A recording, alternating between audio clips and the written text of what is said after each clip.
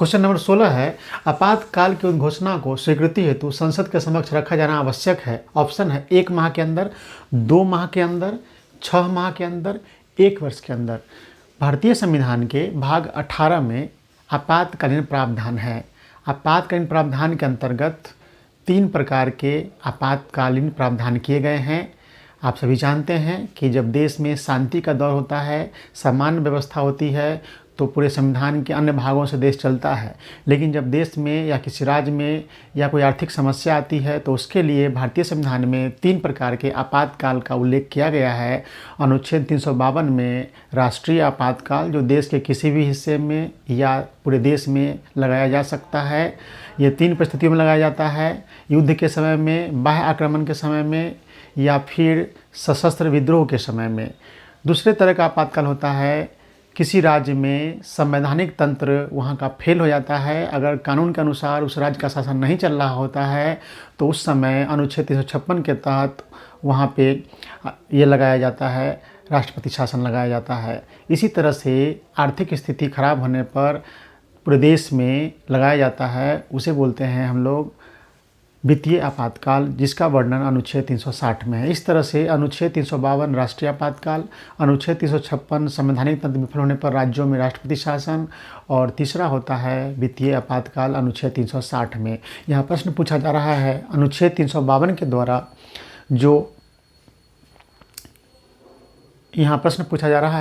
अनुच्छेद 352 के द्वारा जो राष्ट्रीय आपातकाल की उद्घोषणा होती है, उस उद्घोषणा के बारे में कहा जा रहा है कि जब एक बार राष्ट्रपति उद्घोषणा कर देते हैं तो फिर उसे संसद की स्वीकृति के लिए कितने दिनों के अंदर में संसद के समक्ष रखा जाता है।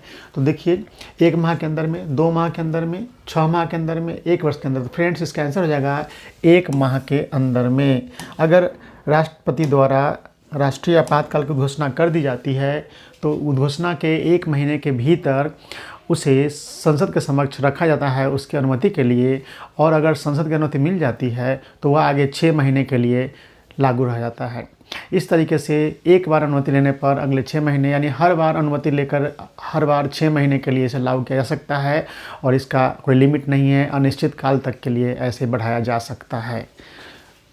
फ्रेंड्स, अनुच्छेद 352 के द्वारा जो राष्ट्रीय आपातकाल लगाई जाती है, आज तक पूरे देश में संविधान लागू होने के बाद 3 बार लगाया गया है। पूरे देश भर में 3 बार लगाया गया है। पहली बार 26 अक्टूबर 1962 को बाह्य आक्रमण हुआ था चीन के द्वारा। उसके बाद दूसरी बार लगाया गया था, दूसरी बार 3 दिसंबर 1971 को बाह्य आक्रमण के आधार पर ही पाकिस्तान के अटैक करने पर, और तीसरी बार 25 जून 1975 को आंतरिक अशांति के आधार पर संपूर्ण क्रांति के समय, जेपी आंदोलन के समय। फ्रेंड्स, संविधान लागू जब हुआ था तो मूल संविधान में 3 प्रकार के जो आपातकाल है उसमें राष्ट्रीय आपातकाल लगाने का जो आधार था वह था युद्ध या बाह्य आक्रमण या आंतरिक अशांति। 44वें संविधान संशोधन के द्वारा आंतरिक अशांति के स्थान पर सशस्त्र विद्रोह शब्द को जोड़ दिया गया है। तो इस तरीके से तीसरा जो आपातकाल लगाया था 25 जून 1975 को, वह संपूर्ण क्रांति के समय लगाया गया था और आंतरिक अशांति के आधार पर लगाया गया था, जबकि 2 बार बाह्य आक्रमण के हिसाब से लगाया गया था। इस तरीके से राष्ट्रीय आपातकाल अब तक देश में आपको 3 बार लगाया गया है, और राज्यों में राष्ट्रपति शासन तो बहुत बार लगाया जा चुका है। राज्यों में, अलग अलग राज्यों में समय पर, जैसे आज ही चर्चा में पूरा दिन भर न्यूज़ में रहा है कि दिल्ली में राष्ट्रपति शासन लगाया जा सकता है, और वित्तीय आपातकाल अपने देश में आज तक एक बार भी नहीं लगा है। तो इस तरीके से 1 माह के अंदर में राष्ट्रीय आपातकाल की घोषणा को संसद से स्वीकृति लेनी होती है। अगला क्वेश्चन है 17 नंबर, राष्ट्रपति का चुनाव निम्न में से किसके द्वारा संचालित किया जाता है। ऑप्शन है लोकसभा के स्पीकर द्वारा, प्रधानमंत्री के कार्यालय द्वारा, संसदीय कार्य के मंत्री द्वारा, भारत के निर्वाचन आयोग के द्वारा। तो फ्रेंड्स, इसका सही आंसर हो जाएगा भारत के निर्वाचन आयोग के द्वारा। देखिए, भारत के निर्वाचन आयोग जो है, the election commission of India जो है, वो भारत में जो चुनाव कराती है, वो जान लीजिए, राष्ट्रपति का चुनाव कराती है, उपराष्ट्रपति का चुनाव कराती है, लोकसभा का चुनाव कराती है, राज्यसभा का चुनाव कराती है, विधानसभा का और विधान परिषद का, इतने का चुनाव कराती है भारत का निर्वाचन आयोग। जबकि पंचायत चुनाव और नगर पालिका चुनाव यानी स्थानीय निकायों के चुनाव कराते हैं राज्य निर्वाचन आयोग। इस तरीके से इसका आंसर हो जाएगा भारत के निर्वाचन आयोग के द्वारा राष्ट्रपति, उपराष्ट्रपति, लोकसभा, राज्यसभा और विधानसभा और विधान परिषद का चुनाव कराती है भारत का निर्वाचन आयोग, the election commission of India. ठीक है। और स्थानीय निकाय चुनाव यानी पंचायत या नगर पालिका या नगर निगम का चुनाव कराती है राज्य निर्वाचन आयोग। अगला प्रश्न हम लोग देखते हैं, क्वेश्चन नंबर है 18। जनहित याचिका की अवधारणा की शुरुआत किस देश में हुई? ऑप्शन है कनाडा, संयुक्त राज्य अमेरिका, यूनाइटेड किंगडम, ऑस्ट्रेलिया। तो फ्रेंड्स सबसे पहले इसका आंसर बता देते हैं, संयुक्त राज्य अमेरिका। जनहित याचिका की अवधारणा की शुरुआत पूरे विश्व स्तर पर सबसे पहले अमेरिका में हुई थी। ये जनहित याचिका क्या है, इसको हम लोग समझते हैं। जनहित याचिका का मतलब होता है कोई भी व्यक्ति के साथ किसी तरह का अन्याय होता है, उसके अधिकारों का हनन होता है, तो वह व्यक्ति कोर्ट की शरण में जाता है। ये कंसेप्ट पुराना है, लेकिन नए कंसेप्ट में एक नवीन दृष्टिकोण में यह बात सामने आई कि जो व्यक्ति के साथ अन्याय हुआ है, जिसके अधिकारों का हनन हुआ है, अगर वह व्यक्ति अशिक्षित है या आर्थिक रूप से गरीब है और वह सक्षम नहीं है न्याय के लिए, न्यायालय में जाकर वो उतना खर्च नहीं कर सकता है, उसके पास शिक्षा नहीं है, पैसा नहीं है, तो उस व्यक्ति के लिए कोई दूसरा व्यक्ति या संस्था भी उसकी भलाई के लिए, उसके हित के लिए कोर्ट की शरण में जा सकता है और न्यायालय में उसके लिए केस लड़ सकता है। तो इसे बोलते हैं जनहित याचिका। ठीक है ना।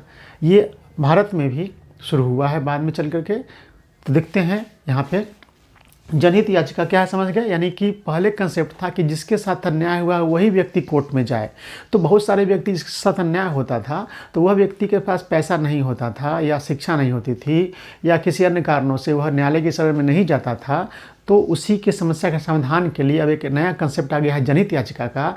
यदि किसी व्यक्ति या किसी संस्था को लगता है कि उस व्यक्ति के लिए हम लड़ सकते हैं, उस व्यक्ति को न्याय दिला सकते हैं, तो उस व्यक्ति के द्वारा जब वो सक्षम नहीं होगा कोर्ट में केस करने में, तो उसके तरफ से कोई व्यक्ति या संस्था उसके हित के लिए कोर्ट में केस कर सकते हैं और न्याय दिला सकते हैं। इसे बोलते हैं जनहित याचिका। इसकी शुरुआत हुई है अमेरिका में।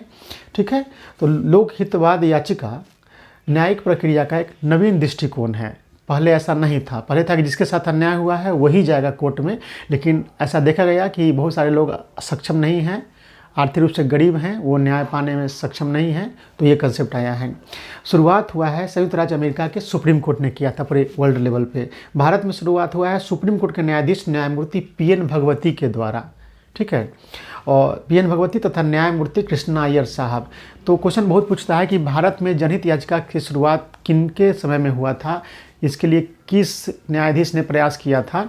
तो न्यायाधीश न्यायमूर्ति पीएन भगवती जी, जो बाद में चल करके सुप्रीम कोर्ट के चीफ जस्टिस भी बने हैं, और ये चीफ जस्टिस के रूप में जुलाई 1985 से दिसंबर 1986 तक के कार्य किए हैं। तो ये भारत में जनहित याचिका लाने का श्रेय जाता है न्यायमूर्ति पीएन भगवती तथा न्यायमूर्ति कृष्णा अय्यर साहब को। और इसकी शुरुआत सबसे पहले हुई है मतलब बिहार किस मामले में?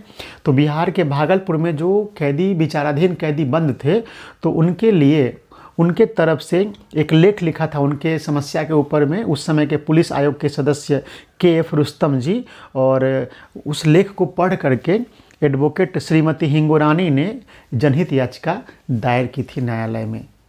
तो इस तरीके से ये बिहार में इसकी शुरुआत हुई मामले में। लेकिन अगर न्यायाधीश के लेवल पर पूछे कि सबसे पहले किन के प्रयास से ये भारत में शुरू हुआ है, तो न्यायमूर्ति पीएन भगवती तथा न्यायमूर्ति कृष्णा अय्यर साहब। और मामले पूछे तो मामला पूछेगा तो बिहार में जो भागलपुर की जेल में विचाराधीन कैदी थे, तो वो सक्षम नहीं थे अपने आप को न्याय दिलाने के लिए, तो उनकी तरफ से उनके समस्या पर लेख लिखे थे उस समय पुलिस आयोग के जो सदस्य थे KF रुस्तम जी। और उनके उस लेख को पढ़ करके उस समय के एडवोकेट श्रीमती हिंगोरानी ने उन कैदियों के रिहाई के लिए, उनकी भलाई के लिए जनहित याचिका दायर की थी एडवोकेट श्रीमती हिंगोरानी ने। अगला प्रश्न नंबर है, वर्ष 2024 का लोकसभा का चुनाव आम चुनाव कौन सा चुनाव है? 16वीं, 17वीं, 18वीं, 19वीं? तो फ्रेंड्स ये बहुत इंटरेस्टिंग प्रश्न है और आगे एग्जामिनेशन में जाना जाएगा, पूछा जाएगा और ये आपसे अब जरूर बनेगा क्वेश्चन। तो फ्रेंड्स अभी चल रहा है 17वीं लोकसभा और अभी जो चुनाव होने वाला है 2024 में वो 18वें लोकसभा चुनाव होने वाले हैं। तो 18वीं लोकसभा के लिए चुनाव होंगे, इसका आंसर हो जाएगा 18वीं लोकसभा। ठीक है। प्रथम लोकसभा का गठन हुआ था 1952 में, ठीक है ना। और अभी जो चुनाव होगा 2024 में वो 18वीं लोकसभा के गठन के लिए चुनाव होने वाला है। लास्ट क्वेश्चन है, वर्तमान में भारत निर्वाचन आयोग के मुख्य निर्वाचन आयुक्त कौन हैं? गिरीश चंद्र मुर्मू, DY चंद्रचूड़, राजीव कुमार, राजीव दीक्षित। तो फ्रेंड्स इसका सही आंसर हो जाएगा राजीव कुमार जी। वर्तमान समय में भारत निर्वाचन आयोग के जो मुख्य निर्वाचन आयुक्त हैं वो राजीव कुमार जी हैं। तो चलिए, बहुत बहुत धन्यवाद आप सभी का। अगर हमारा वीडियो आपको अच्छा लगता हो तो लाइक कर दे, और जिन लोगों ने अब तक हमारे चैनल को सब्सक्राइब नहीं किया है वो सब्सक्राइब कर दे, और ऑल बटन जो होता है उसको प्रेस कर देंगे। ऑल बटन कब कैसे आएगा? जब आप सब्सक्राइब करेंगे और बेल बटन आएगा तो उसके बाद ऑल का ऑप्शन आएगा, उसको आप प्रेस कर देंगे। तो जैसे ही मैं कोई भी वीडियो अपलोड करूँगा आपके मोबाइल में नोटिफिकेशन चला जाएगा और उस वीडियो को आप देख करके अच्छी जानकारियाँ प्राप्त कर सकते हैं। तो बहुत बहुत धन्यवाद आप सभी का।